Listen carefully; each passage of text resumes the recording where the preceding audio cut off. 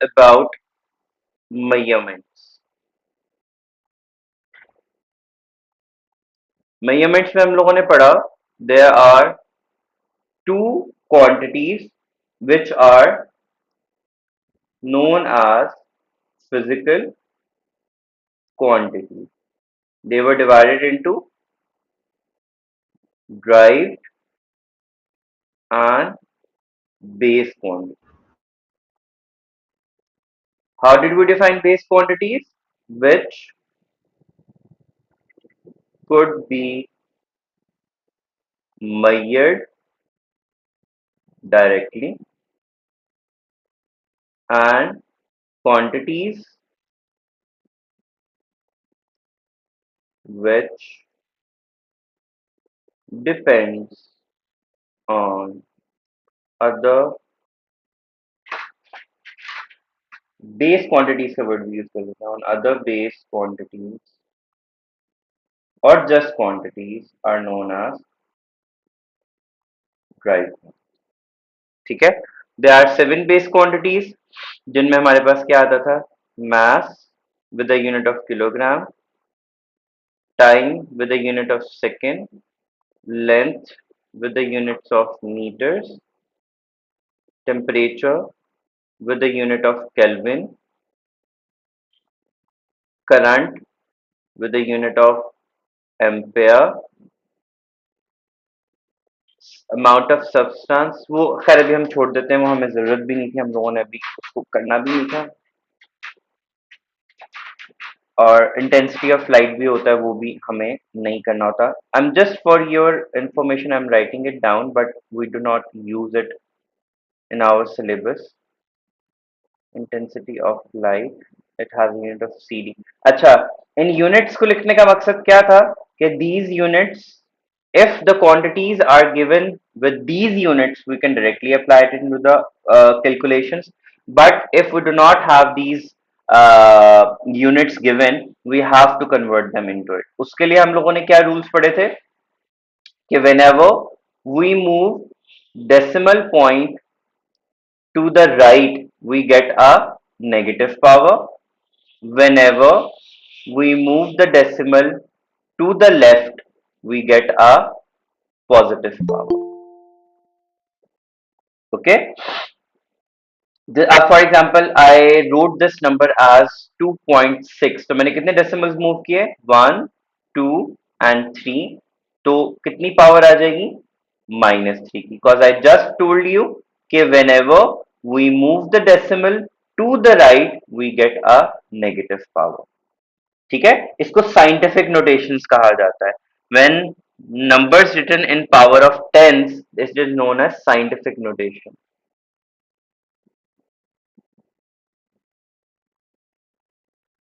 or whenever we move the decimal to the left so for example I wrote it as 2.367 तो कितने decimal मैंने move किए 1 and 2 तो क्या आ जाएगा positive power of 2 if I write it as 0.236 मतलब मैंने डेसिमल एक और ज्यादा मूव कर दिया तो मेरी इसकी पावर क्या हो जाएगी पॉजिटिव 3 which means कि if I want to increase the positive power if I want to increase the positive power I would move the decimal further to the left देखो मैंने आपको करके भी दिखाया कि मेरा ओरिजिनल नंबर क्या था it was 236.7 I first wrote it as 2.36 which means I moved 2 decimals to the left तो क्या आया positive power of 2 I further moved a decimal to the left and I just increased the power मुझे पूरे steps follow up नहीं करने हैं I just need to keep this in mind that whenever I want to increase a positive power or I want to write a number in scientific notation this is known as scientific notation क्या होता है number written in power of 10। For example अगर मैं इसको 26 लिखता हूं तो कितना पावर आएगा? 26 लिखा तो कितना पावर आ गया? -4। कॉस 26 में कितनी पावर मूव की होगी? 1, 2, 3 and 4। So if I want to increase the negative power, मैं डेसिमल फर्दर मूव कर दूंगा, and if I increase need to increase the positive power, I would move the decimal further to this side. और हमने ये भी पढ़ा हुआ है कि if I don't see a decimal anywhere, it means the decimal is always present at the end of the number। हमें normally इस तरह के केसेस को डील नहीं करना होता, बट जब हम कैलकुलेशंस करते हैं and we get a bigger answer, I am not allowed to write it as it is, I have to write it in power of 10। Power of 10 भी के अलावा भी हमने एक चीज पढ़ी थी which was known as prefixes. Prefixes क्या होते थे? प्रीफिक्सेस होता था पावर ऑफ, जो हमें बताते थे magnitude of the unit. Prefixes placed before unit and tells us the magnitude of unit। खोल लो,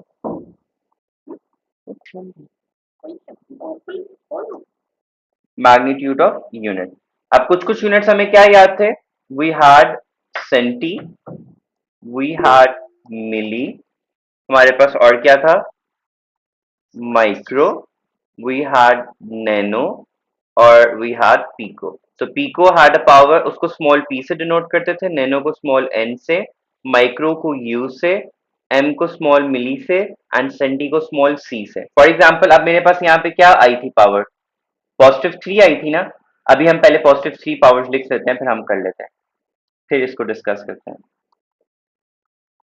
हमारा मेन टारगेट ये होता है इन सबको पढ़ने का, ये डायरेक्टली कभी भी किसी क्वेश्चन में नहीं आते, मैंने आपको क्लास में भी मल्टीपल टाइम्स बताया हुआ है। हमें सिर्फ इनको यूज करके अपने आंसर्स को लिखना होता है, ठीक है? For that we have to have the right knowledge of it. अब आप लोगों ने इतने सारे क्वेश्चंस कर लिए हैं, कभी आप लोगों को एक्सपीरियंस हुआ इसका डायरेक्ट कन्वर्जन करने का कहीं पे भी? क्या आप लोगों को ये रूल्स अप्लाई, आपको आपने सिर्फ रूल्स अप्लाई किए हैं ना? अब आप लोग बोल सकते हैं आप लोगों ने सिर्फ रूल्स अप्लाई किए हैं ना, कोई इस तरह का एज इट इज पूरा सवाल तो नहीं आया ना आपको कहीं पे भी? Yes sir. आपको सिर्फ इसका नॉलेज होना जरूरी है। अब देखो, ये हमने प्रीफिक्सेस किए, kilo 10 to the power of 3, mega 10 to the power of 6, giga 10 to the power of 9, centi -2, milli -3, micro -6, nano -9 and pico -12।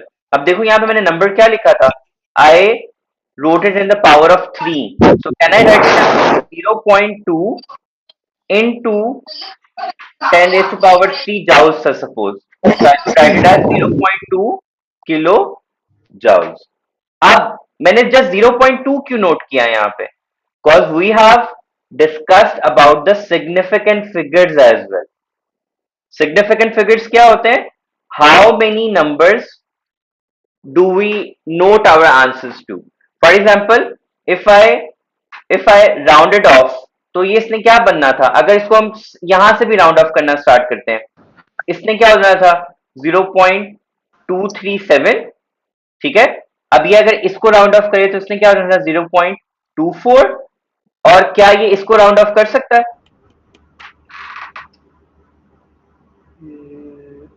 Less than 5 है, इसको राउंड ऑफ नहीं कर सकता। तो हमने अपना फाइनल आंसर 1 सिग्निफिकेंट फिगर तक लिख दिया, कॉज आई न्यू के जो प्रीसीडिंग नंबर्स थे वो इसको राउंड ऑफ करके किसी बिगर नंबर पे नहीं लेके जाते।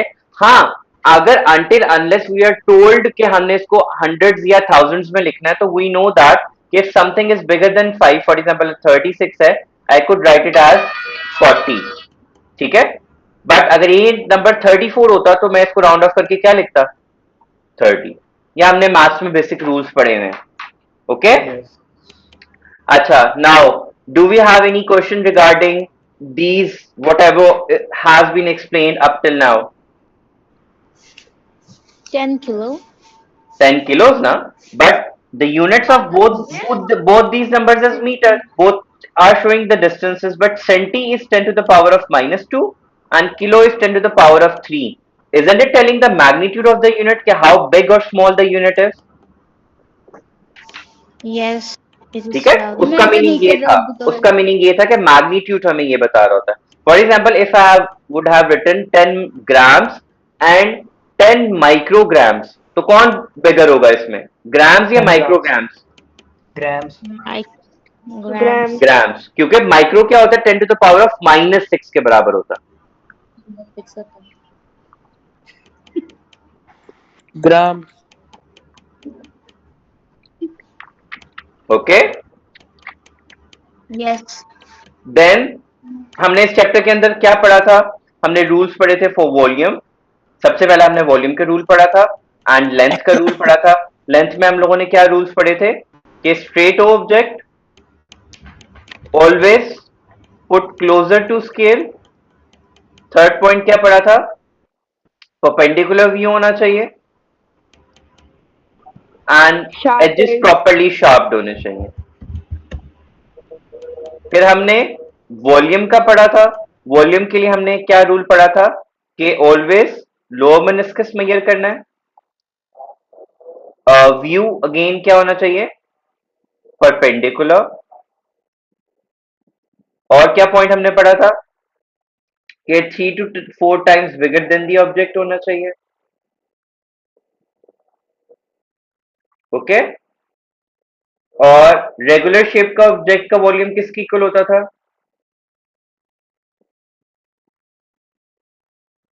Length into base into height. Height. और volume is equal to area into height भी होता है.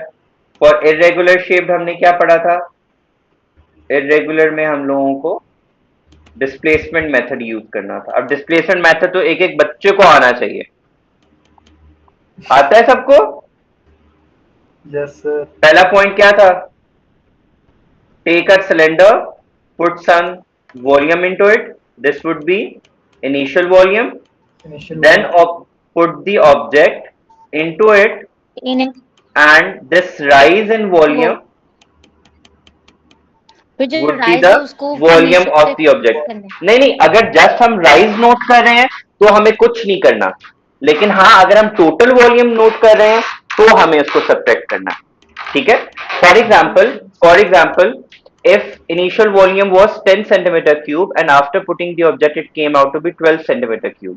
ठीक है, तो 1, 2, इसको 3, माइनस 4, कर 6. दिया, so this would be 2 centimeter cube. But अगर मैं जस्ट राइज को नोट करूं तो 10 से 12 तक राइज कितना हुआ, जस्ट 2 सेंटीमीटर क्यूब. तो चॉइसेस यूज, अगर आप जस्ट राइज को नोट कर रहे हो तो आप लोगों ने सिर्फ वहीं तक ही रहना. देन हमारे पास, do we understand up till here? Yes, sir. फिर हमारे पास Yes. डेंसिटी का फॉर्मूला था, density was equal to mass over volume. ठीक है, इसके यूनिट्स हमारे पास क्या होते हैं, किलोग्राम्स पर मीटर क्यूब भी हो सकते हैं, ग्राम्स पर सेंटीमीटर क्यूब भी हो सकते हैं. यहाँ पे हम एक दफा क्विकली वो छोटा सा टर्म भी रिवाइज कर लेते हैं जो अक्सर हमने क्वेश्चंस में किया भी था. 1 सेंटीमीटर किसके इक्वल होता है, how many millimetres, 10 millimetres. 10 minutes. Yes. 1 10. Centimetre square किसके इक्वल होगा, 100 मिलीमीटर स्क्वायर. 100. 100. और 1 सेंटीमीटर क्यूब किसकी इक्वल होगा, 1000 मिलीमीटर 1000 millimeter. क्यूब. ठीक है. Yes, sir. No. Yes. और कैसे किया वो भी एक करके दिखा देता हूँ, सेंटीमीटर स्क्वायर वाला करके दिखा देता हूँ.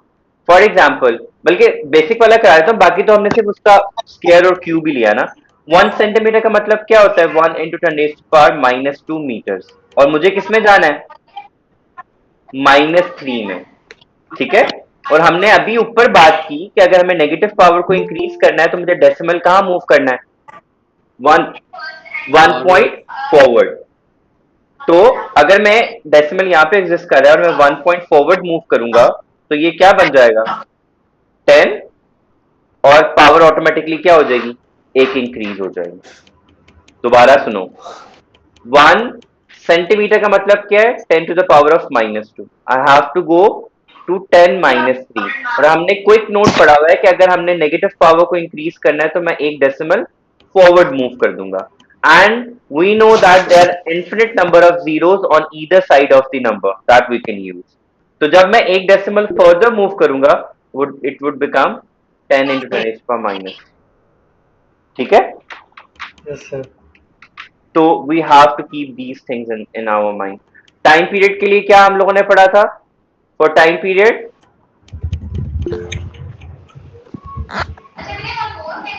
Please mute your mics everyone, right away mute your mics. Time period के दो फॉर्मूलाज हमने पढ़े थे, 2 pi under root L over G, which means time period has a direct relationship with length and time period has an inverse relationship with the gravity। किसकी length और किसकी gravity? ये simple pendulum के case में पढ़ा था। ये मेरे पास सिंपल पेंडुलम आ गया, this is the length of it up till the centre of the Bob. So time period directly, यानी अगर हम लेंथ को इंक्रीज करेंगे तो टाइम पीरियड भी इंक्रीज करेगा। किस चीज का टाइम पीरियड? ऑसिलेशंस क्या होती थी? To and fro motion of an object. ठीक है, अब मैंने जब ये मेरा सिंपल पेंडुलम का मीन पोजीशन है, मैंने इसको डिस्प्लेस किया up till this position, this would be known as amplitude. I said mute your mics. अब जब मैं इसको यहां से रिलीज करूंगा, it would, this is the amplitude, maximum displacement of the pendulum is known as amplitude। when I release it from here, it would come here and would it stop here? No, it will go there, फिर वापस आएगा and then इस point पे जब reach करेगा वापस, तो मेरे पास क्या होगा? वन ऑसिलेशन होगी। सो हम time for one oscillation note नहीं करते, बल्कि हम we note the time for 20 oscillation. And to find the time for one oscillation हम क्या करते हैं? Time divided by number of oscillation. For example, it took 10 seconds to complete 20 oscillations, so 10 over 20 कर देंगे, which would be 0.5 second।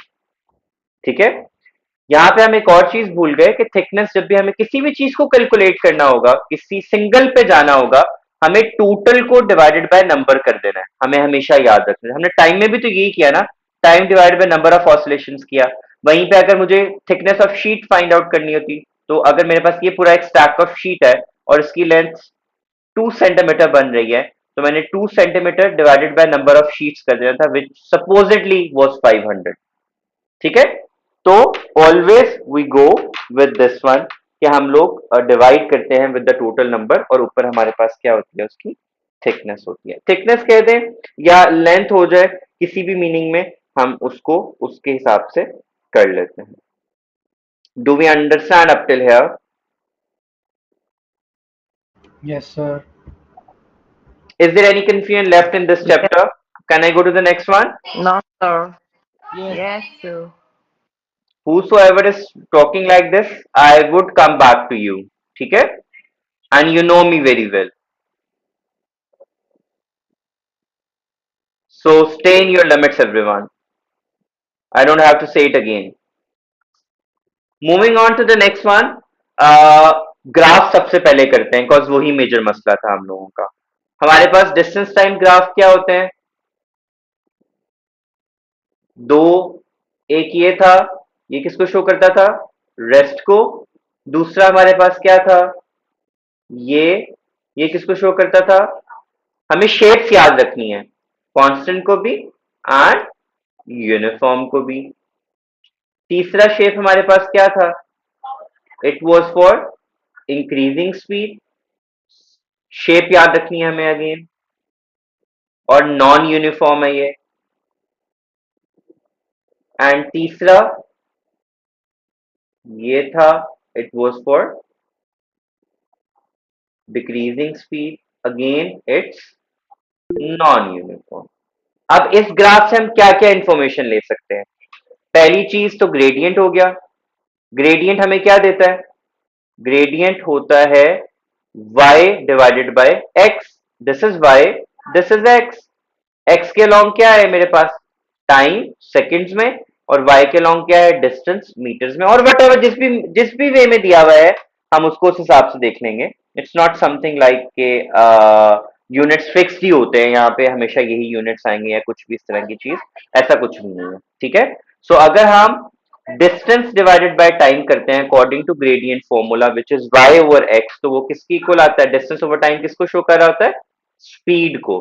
तो gradient of distance time graph हमें क्या देता है, स्पीड। फिर आ जाते हैं स्पीड टाइम ग्राफ के अंदर। स्पीड टाइम ग्राफ में ये शेप किसको शो कर रही होती है, कांस्टेंट Constant. स्पीड को। ये शेप किसको शो कर रही होती है, यूनिफॉर्म स्पीड को।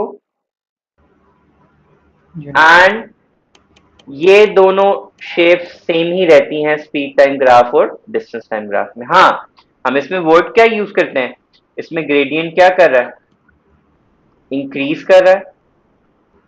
इसमें ग्रेडियंट क्या कर रहा है, Decrease. इसमें ग्रेडियंट क्या कर रहा है, डिक्रीज। या हम ये भी लिख सकते हैं gradient is negative and gradient is positive. Speed time graph और डिस्टेंस टाइम ग्राफ में ये दो ग्राफ सेम मीनिंग देते हैं, इनमें मीनिंग कोई डिफरेंट नहीं होता हमारे पास। ठीक है, अब since is a speed time graph, तो यहाँ पे क्या होगा, टाइम इंटू सेकेंड्स, और यहाँ पे speed into metres per second. Right. सो ग्रेडियंट किसकी इक्वल होता है, y ओवर एक्स। मैं y ओवर एक्स बच्चों सिर्फ इसलिए लिख रहा हूं, वैसे तो हमने सब कुछ पढ़ा हुआ है डिटेल में, क्योंकि हम रिवीजन कर रहे हैं, इस वजह से मैं सिर्फ बेसिक बेसिक पॉइंट बता रहा हूं। एक्चुअली तो हमने ये फॉर्मूला पढ़ा हुआ है। ठीक है, तो वो चूंकि मैं सिर्फ समझाने के लिए रिवाइज करा रहा हूं, तो y के लॉन्ग क्या है, स्पीड, और x के लॉन्ग क्या है, टाइम, तो हमारे पास क्या आ जाए, एक्सेलरेशन।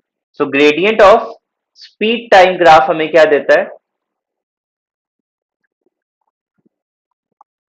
एक्सेलरेशन।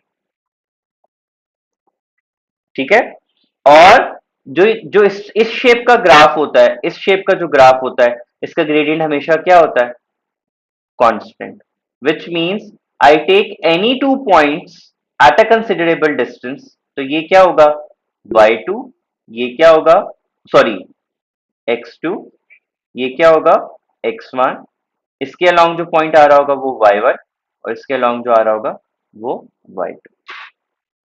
ठीक है, और हम इन ग्राफ से क्या लेते हैं, एरिया अंडर द ग्राफ। क्या एरिया अंडर द ग्राफ हम डिस्टेंस टाइम में अप्लाई करते हैं, no, Yes. we do not apply that in, हम सिर्फ distance area in the graph सिर्फ किस में अप्लाई करते हैं, स्पीड टाइम ग्राफ में। Speed time तीन graph. ही शेप्स होती हैं। इस शेप का क्या होता है, base into height, this is my base, Okay. This is my height. फिर दूसरी शेप ये होती है, इसमें क्या फॉर्मूला होता है, 1/2 base into height, base would again be this one, and height मेरे पास क्या होगा, this one. And third shape मेरे पास क्या होता है, थर्ड शेप हमारे पास होता है ये ट्रेपीजियम, ऑपोजिट साइड्स होती हैं ए एंड बी, ये मेरे पास क्या होता है एच। तो क्या होगा, 1/2 height into sum of opposite sides. Okay, go ahead and ask questions now. Is there any point you want me to repeat that we have done up till here? हमारे पास एक्स एक्सिस कौन सा होता है, ये वाला, और x sorry Y axis होता है ये वाला, और एक्स एक्सिस क्या होता है, हॉरिजॉन्टल लाइन होती है। तो ग्रेडियंट बेसिकली होता है कि Yes, y sir. के long quantity divided by x के लॉन्ग जो भी क्वांटिटी हो रही होगी। तो स्पीड टाइम ग्राफ के अंदर y के लॉन्ग हमारे पास क्या होता है, स्पीड, तो हम वहां पे क्या लिख देते हैं, v को, और x के लॉन्ग हमारे पास क्या होता है, टाइम, तो उसके लॉन्ग हम लिख देते हैं टाइम। तो स्पीड डिवाइडेड बाय टाइम का फॉर्मूला हमने पढ़ा हुआ है, किसका होता है, acceleration. So gradient is something y divided by x graph के अंदर। ठीक है, तो y के अलोंग जो भी क्वांटिटी होगा उसको डिवाइडेड बाय x के अलोंग कर देंगे। इन द मीन टाइम हम फॉर्मूलाज भी कुछ रिवाइज कर लेते हैं। स्पीड का फॉर्मूला क्या होता था, distance over time, Yes, sir. d over t, उसको v से डिनोट करते थे। एक्सेलरेशन का फॉर्मूला क्या होता था? Velocity over time, that is v over t। और फॉर एक्सेलरेशन टू एग्जिस्ट हमारे पास 2 पॉइंट्स हो, ईदर स्पीड इज चेंजिंग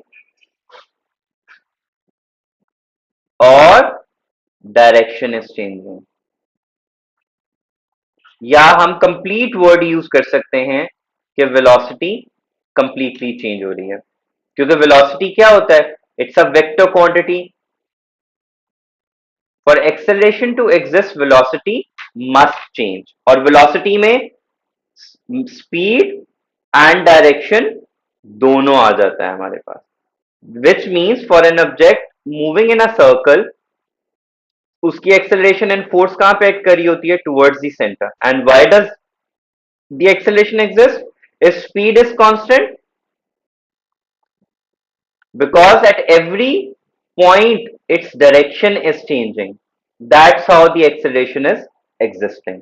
और जब भी ऑब्जेक्ट सर्कल में मूव कर रहा होगा, its acceleration would always be towards the mean position and the force would also be towards the mean position, and velocity हमेशा क्या होगी? टेंजेंट। टेंजेंट क्या होता है हमारे पास? टेंजेंट होता है a line which touches a curved surface only at one point। ठीक है, तो अगर मैं ऐसे लाइन ड्रॉ करूंगा, ये जस्ट एक पॉइंट पे टच करी है, ये जस्ट एक पॉइंट पे टच करी है, this would be known as tangent. और ग्राफ के अंदर भी जब हम टेंजेंट फाइंड आउट करते हैं, सपोज वो कहता है कि ये भी आई गेस किसी ने कभी क्वेश्चन पूछा था, मुझे याद नहीं है, बट समवन आस्क्ड के टेंजेंट में प्रॉब्लम हो रहा है, उसने हमेशा आपको कहा होगा कि इस पॉइंट पे फाइंड आउट करो, तो हम 5 के ऊपर लाइन ड्रॉ कर देंगे और ऐसे स्ट्रेट ले देंगे। अब उसके वो जहां पे जाके टच, अब इस this line should not touch anywhere else on the graph, graph पे वो कहीं और टच नहीं करनी चाहिए, एक्सिस पे जहां मर्जी वो जाके टच करे, यहां पे ग्राफ में कहीं और नहीं टच करनी चाहिए, उस तरह की लाइन को आप टेंजेंट कंसिडर करोगे। ठीक है, फॉर एग्जाम्पल अगर मेरे पास ये एक है, और बल्कि मैं इसको प्रॉपरली बनाता हूं, अगर मेरे पास यूं आ रहा है, मैं ऐसे लाइन ड्रॉ करता हूं, अब देखो ये यहाँ पे भी टच करिए, ये भी यहाँ पे भी टच करिए, इसको टेंजेंट मैं नहीं कंसिडर करूंगा। Tangent is only a line which touches the curve path only at one point. ठीक है, तो हमें बहुत केयरफुली उस लाइन को ड्रॉ करना होता है। नॉर्मली उसने बताया होता है एट 5 अब हम ये टेंजेंट वाला काम करते कब है? स्ट्रेट लाइन में या कर्व में? टेंजेंट हमने कब ड्रॉ किया था? स्ट्रेट लाइन में हमने ड्रॉ किया था? नो। हमने सिर्फ किस में ड्रॉ किया था? कर्व सर्फेसेस में। और कर्व सर्फेसेस में वो नॉर्मली जब भी हमें बोलेगा एट 5 फाइंड आउट करके दो या एट 10 फाइंड आउट करके दो, तो हमने स्केल 10 पे रख के, ओ स्केल हमने क्या करना है? वी वुड सेट इन सच अ वे कि 10 पे स्केल रख के हम लोगों ने लाइन ड्रॉ करनी है, and that line should not touch on either side of it, of the graph. I am saying it again and again, graph पे किसी पॉइंट पे टच नहीं होनी चाहिए, एक्सिस पे हो सकती है, ये एक्सिस है, यहां पे ये लाइन टच हो सकती है। फिर जो इसका अपर पॉइंट होगा, ये कंसिडर क्या होगा? ये अपर पॉइंट इसका क्या कंसिडर होगा? x2, एंड ये x2 हो जाएगा, और इसके अगेंस्ट जो वैल्यू होगी क्या होगी? y2। और ये यहां से जहां पे टच करेगा, ये मेरे पास क्या हो जाएगी? x1, और ये क्या हो जाएगी? y1। अगर वो ऐसे एक्सिस पे आके ऐसे टच कर रहा है इस पॉइंट पे, तो सिर्फ x1 की वैल्यू होगी, y1 तो जीरो हो जाएगा। ठीक है, अगर हमने ग्राफ को 0 0 से स्टार्ट किया। Do we understand this point कि टेंजेंट हमने कैसे ड्रॉ करना है? We have to be very careful, हमने स्केल रखना है कर्व्ड ग्राफ के ऊपर, and we have to make sure it touches only at that point जो उसने क्वेश्चन में मेंशन आउट किया हुआ, for example 10 metres per second या 10 सेकेंड्स के ऊपर, नॉर्मली टाइम के अकॉर्डिंगली ही वो हमें रेफर करता है। ठीक है, सपोज 10 सेकेंड्स मेरे पास ये बन रहा था, तो मैं स्केल को इस तरीके से सेट करूंगा कि it only touches at 10 seconds, और कहीं पे टच ना करे। फिर जो उसकी x1 और y1 की वैल्यूज होंगी, y2 एंड y उसकी, हम वो अकॉर्डिंगली ड्रॉ कर देंगे। Okay, excuse me Yes. Sir, आप एक्सेलरेशन के फॉर्मूला वाला पार्ट रिपीट कर सकते हैं? मुझे उसकी अंडरस्टैंडिंग अच्छे से नहीं हो पाई। सिंपल फॉर्मूला जो होता है वेलोसिटी ओवर टाइम, और तो कुछ भी नहीं, Yes, sir. Please repeat. It was velocity over time only. उसमें जो मैंने आपको एडिशनल पॉइंट्स बताए थे वो ये बताए थे कि for acceleration to exist velocity must change. अगर वेलोसिटी चेंज नहीं हो रहा तो एक्सेलरेशन जीरो होगा। जैसे इस ग्राफ में वेलोसिटी की वैल्यू क्या है, कांस्टेंट, तो यहां एक्सेलरेशन क्या होगा, जीरो, क्योंकि वेलोसिटी चेंज ही नहीं हो रही है। यहां पे वेलोसिटी की वैल्यू क्या है, यूनिफॉर्म। ठीक है, तो इसका ग्रेडियंट हम पहले ही बात कर चुके हैं कि इस तरह की शेप का ग्रेडियंट हमेशा क्या होता है, कांस्टेंट। तो मैं क्या कहूंगा, मेरा एक्सेलरेशन भी क्या है, कांस्टेंट। कॉज मैं यहाँ पे किसी भी दो पॉइंट्स को आपस में डिवाइड करके आंसर निकालूंगा स्ट्रेट लाइन के ऊपर, मेरा आंसर सेम ही आएगा। और हमने क्लास में इसको करके भी देखा था, क्वेश्चंस में भी था। तो जब इस तरह की शेप होगी बिल्कुल straight line which is the uniform speed, इसमें हमेशा आंसर क्या आता है, कांस्टेंट। और since speed is changing equally with equal interval of time, so it would be known as uniform speed. Uniform का मतलब क्या होता है, if something is changing equally with equal Equally. interval of time। Yes. ठीक है, तो इसका acceleration हमारे पास क्या होगा, कांस्टेंट। हमने एक और पॉइंट भी पढ़ा था और वो था ये कि जब ऑब्जेक्ट अपवर्ड जा रहा होता है तो उसकी वेलोसिटी क्या करती है, डिक्रीज। एट मैक्सिमम उसकी वेलोसिटी क्या होती है, zero, which means acceleration upward जाते हुए क्या करेगी, डिक्रीज। और it could if it's acceleration due to gravity which is हमने ए को इक्वल्स टू जी किया था, it would be -9.8 metres per second किया। Similarly when object is coming down तो वेलोसिटी क्या करती है, इंक्रीज, और एक्सेलरेशन भी क्या करेगी, इंक्रीज। It would be +9.8। अगर हम किसकी बात करें, ये +9.8 नेगेटिव 9.8 कब यूज करते हैं हम, जब फ्री फॉल के बारे में बात हो रही है, ओनली देन हम इसको रिप्लेस करते हैं। And just Sir, may before I go to washroom? Touching the ground it would B max. ठीक है,